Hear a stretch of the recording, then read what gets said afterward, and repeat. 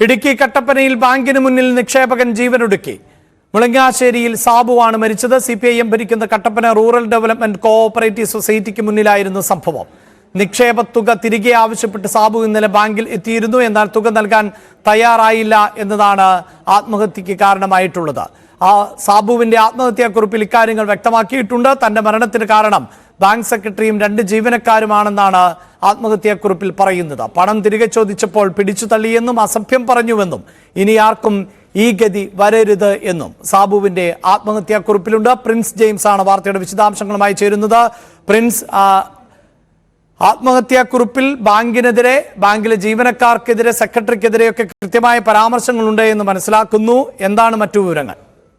അഭിലാഷ്, തീർച്ചയായും ബാങ്കിലെ സെക്രട്ടറി ഉൾപ്പെടെയുള്ള ജീവനക്കാരുടെ പേര് എടുത്തു പറഞ്ഞുകൊണ്ടാണ് ഈ സാബു ആത്മഹത്യാക്കുറിപ്പ് തയ്യാറാക്കിയിരിക്കുന്നത്. എന്തായാലും കഴിഞ്ഞ ദിവസം ഇന്നലെ സാബു നിക്ഷേപിച്ച തുക തിരികെ ആവശ്യപ്പെട്ടുകൊണ്ട് ബാങ്കിൽ എത്തിയിരുന്നു. ഇയാളുടെ ഭാര്യയുടെ ചികിത്സാ ആവശ്യങ്ങൾക്കായാണ് പണം ആവശ്യപ്പെട്ടത്. ഏതാനും മാസങ്ങളായി പലതവണ ഇയാൾ ബാങ്ക് കയറി ഇറങ്ങുന്ന ഒരു സാഹചര്യം ഉണ്ടായിരുന്നു. പലതവണ പണം ആവശ്യപ്പെട്ടും തിരികെ ലഭിക്കാത്ത അവസ്ഥയാണ് ഉണ്ടായിരുന്നത്.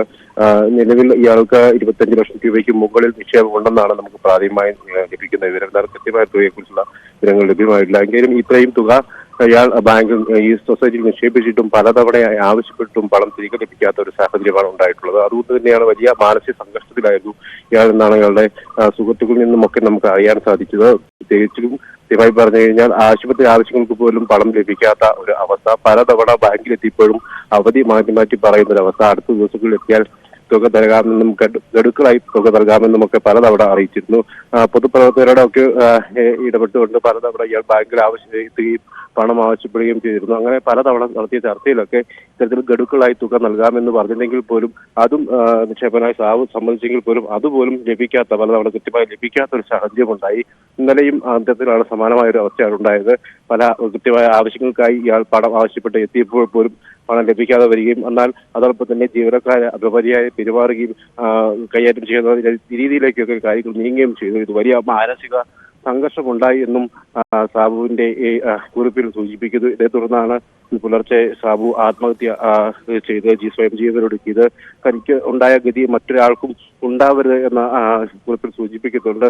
പ്രധാനമായും ഇത്തരത്തിൽ ഈ നിരവധി ആളുകൾ ഈ സഹകരണ പ്രസ്ഥാനങ്ങളിൽ, ചെറുകിട സഹകരണ പ്രസ്ഥാനങ്ങളിലൊക്കെ തുക നിക്ഷേപിച്ചിട്ടുണ്ട്. തന്റെ ജീവിതകാലം മുഴുവൻ ഉള്ള സമ്പാദ്യമൊക്കെ നിക്ഷേപിച്ച പലരുമുണ്ട്. എന്നാൽ ഇവർക്കൊന്നും ഇപ്പോൾ തുക ലഭിക്കാത്ത ഒരു സാഹചര്യമുണ്ട്. ഇത് ചെറുകിട സഹകരണ സംഘങ്ങൾ നിരവധിയുണ്ട്. പലതും ഇത്തരത്തിലുള്ള പ്രതിസന്ധികളിലൂടെയാണ് കടന്നു പോകുന്നത്. എന്നാൽ തുക എന്ന് ലഭിക്കുമെന്ന് ഗഡുക്കളായി പോലും ലഭിക്കാത്ത ഒരു സാഹചര്യവും കൂടി നിലവിലുണ്ട്. ഇത് തന്നെയാണ് ഇപ്പോൾ സാബുവിന്റെ ഇത്തരത്തിലുള്ള ഒരു ദാരുണമായ സംഭവത്തിലേക്കും വഴിതെളിച്ചിരിക്കുന്നത്. കട്ടപ്പന പള്ളിക്കവയിലിൽ വെറൈറ്റി എന്ന പേരിൽ ഒരു ചെറുകിട ലേഡീസ് സെന്റർ നടത്തിവരുന്ന ഒരു വ്യക്തിയായിരുന്നു. അയാൾ ജീവിതകാലം മുഴുവൻ ഉണ്ടാക്കിയ ഒരു തുകയാണ് ഈ പ്രസ്ഥാനത്തിൽ നിക്ഷേപിച്ചത്. ആ തുക തിരികെ ലഭിക്കാതെ വന്നതോടെയാണ് എന്തായാലും സാബു ജീവനൊടുക്കുന്ന ഒരു സാഹചര്യത്തിലേക്ക് കാര്യങ്ങൾ എത്തിയിട്ടുണ്ട്. എന്തായാലും ഈ ബാങ്ക് ജീവനക്കാർ, സെക്രട്ടറി ഉൾപ്പെടെ ഉള്ളവരെക്കെതിരെ കേസെടുക്കണമെന്നും അറസ്റ്റ് ചെയ്യണമെന്നും ആവശ്യപ്പെട്ടുകൊണ്ട് വലിയ തോതിലുള്ള പ്രതിഷേധങ്ങൾ ഇപ്പോൾ ആരംഭിച്ചിട്ടുണ്ട്. പ്രത്യേകിച്ചും കോൺഗ്രസിന്റെയും BJPയുടെയും നേതൃത്വത്തിൽ ഈ ബാങ്കിന്റെ സമീപമൊക്കെ വലിയ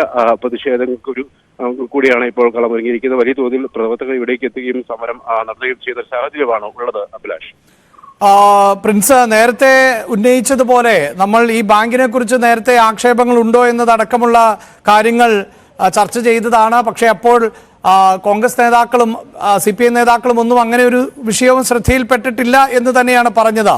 ഈ നിലവിൽ ഈ വാർത്ത പുറത്തു വന്നതിന് ശേഷം ഏതെങ്കിലും തരത്തിലുള്ള പ്രതിഷേധങ്ങളോ മറ്റോ ഉണ്ടാകുന്നുണ്ടോ? ആരെങ്കിലും ഇത്തരത്തിൽ അനുഭവങ്ങളുമായി എത്തുന്നുണ്ടോ? അഭിലാഷ്, കൂടുതൽ പേർ ഇത്തരത്തിൽ വലിയ തോതിലുള്ള ഒരു അനുഭവം കൃത്യമായി പറയുന്നില്ലെങ്കിൽ പോലും ചെറിയ തോതിൽ ഈ തുക കൃത്യമായി നിക്ഷേപം ആവശ്യപ്പെട്ട സമയത്ത് കൃത്യമായി തുക തിരികെ ലഭിക്കാത്ത ഒരു സാഹചര്യങ്ങളുണ്ടെന്നൊക്കെയുള്ള സൂചനകൾ നമുക്ക് ലഭിക്കുന്നുണ്ട്. അതായത് പണം നിക്ഷേപിച്ചിട്ടുണ്ടെങ്കിൽ പോലും കൃത്യമായി ആവശ്യപ്പെടുന്ന ഒരു സമയത്ത് ലഭിക്കുന്നില്ല. പലപ്പോഴും ഇത് ഗഡുക്കളാക്കിയൊക്കെ മാറ്റേണ്ട ഒരു ഘട്ടത്തിലേക്ക് മാറിയിരിക്കുന്നു. എങ്കിൽ പോലും ഇതായി ഗഡുക്കളാക്കി എങ്കിൽ പോലും നിക്ഷേപിച്ച തുക ഗഡുക്കളായി നൽകാമെന്നൊരു ഉറപ്പ് ലഭിക്കുന്നുണ്ടെങ്കിൽ പോലും അതും കൃത്യമായൊരു സമയത്ത് ലഭിക്കുന്ന സാഹചര്യം ഉണ്ടായിട്ടില്ല. എങ്കിൽ പോലും ഈ സാബുവിന്റെ സ്ഥിതി തികച്ചും വ്യത്യസ്തമാണ്. അയാൾക്ക് പണത്തിന് വളരെ ആവശ്യമുണ്ടായിരുന്നു. പ്രത്യേകിച്ചും ഭാര്യയുടെ ചികിത്സാ ആവശ്യങ്ങൾക്കായൊക്കെ പണം ആവശ്യമായി വരികയും പലതവണ ഈ സൊസൈറ്റിയിൽ എത്തുകയും ചെയ്യേണ്ട ഒരു സാഹചര്യം. എന്തായാലും ഈ സമീപ പ്രദേശങ്ങളിലൊക്കെ മറ്റ് സൊസൈറ്റികൾക്കെതിരെയും സമാനമായ രീതിയിലുള്ള ആരോപണങ്ങൾ മുൻപും ഈ കഴിഞ്ഞിടെയും ഒക്കെ വലിയ തോതിൽ ഉയർന്നിരുന്നു. സമാനമായ സാഹചര്യമാണ് ഇപ്പോൾ ഈ റൂറൽ സൊസൈറ്റിക്കെതിരെയും ഡെവലപ്മെന്റ് സൊസൈറ്റിക്കെതിരെയും ഉയർന്നിരിക്കുന്നത്. ചെറുകിട നിക്ഷേപകർ ആണ് നിരവധിയായി ഇവിടെ പണം നിക്ഷേപിച്ചിരിക്കുന്നത്. പ്രത്യേകിച്ചും കർഷക തൊഴിലാളികളും കർഷകരും ചെറുകിട വ്യാപാരികളും അടക്കമുള്ളവരാണ് കട്ടപ്പന മേഖലയുടെ മേലിൽ നിന്നുള്ളവരാണ് ഈ പണം നിക്ഷേപിച്ചിരിക്കുന്നത്. വലിയ തോതിൽ ഈ ഇത്തരത്തിൽ ഇവർക്ക് സഹകരണം നഷ്ടപ്പെട്ടിട്ടുണ്ടാവണം, അല്ലെങ്കിൽ കൃത്യമായ തുക തിരികെ ലഭിക്കാത്ത ഒരു സാഹചര്യം കൂടിയാണ് നിലവിലുള്ളത്. എന്തായാലും ഇയാൾക്ക് സാബുവിന് ഏകദേശം 25 ലക്ഷം രൂപയോ അതിന് മുകളിലോ തുക നിക്ഷേപം ഉണ്ടായിരുന്നിരിക്കാം എന്നാണ്. അതിന് കൃത്യമായ ഒരു കണക്കൊന്നും വ്യക്തമായിട്ടില്ല. എങ്കിൽ പോലും ഇയാളുടെ സുഹൃത്തുക്കൾ മുഖാന്തരം നമുക്ക് അറിയാൻ സാധിക്കുന്നത്. കാരണം ഇയാൾ സുഹൃത്തുക്കളോടൊപ്പവും ഇവിടുത്തെ പൊതുപ്രവർത്തകരോടൊപ്പവും പലതവണ ഈ സഹകരണ സ്ഥാപനത്തിലെത്തുകയും പണം തിരികെ ആവശ്യപ്പെടുകയും അങ്ങനെ ഈ ചർച്ചയിലൊക്കെ തന്നെ പല ധാരണകളുണ്ടാക്കി ഗഡുക്കളായി നൽകാമെന്നൊക്കെ ഉറപ്പുകൾ നൽകുകയും ചെയ്തിട്ടുണ്ട്. ഇതുപോലെ തന്നെ സമാനമായ രീതിയിൽ മറ്റു പല നിക്ഷേപകർക്കും ഗഡുക്കളായി നൽകാമെന്നൊക്കെ ഉറപ്പ് നൽകിയിട്ടുണ്ടെങ്കിൽ പോലും അതൊരു വലിയ വിഷയത്തിലേക്ക് ഒന്നും എത്തിയിട്ടില്ല.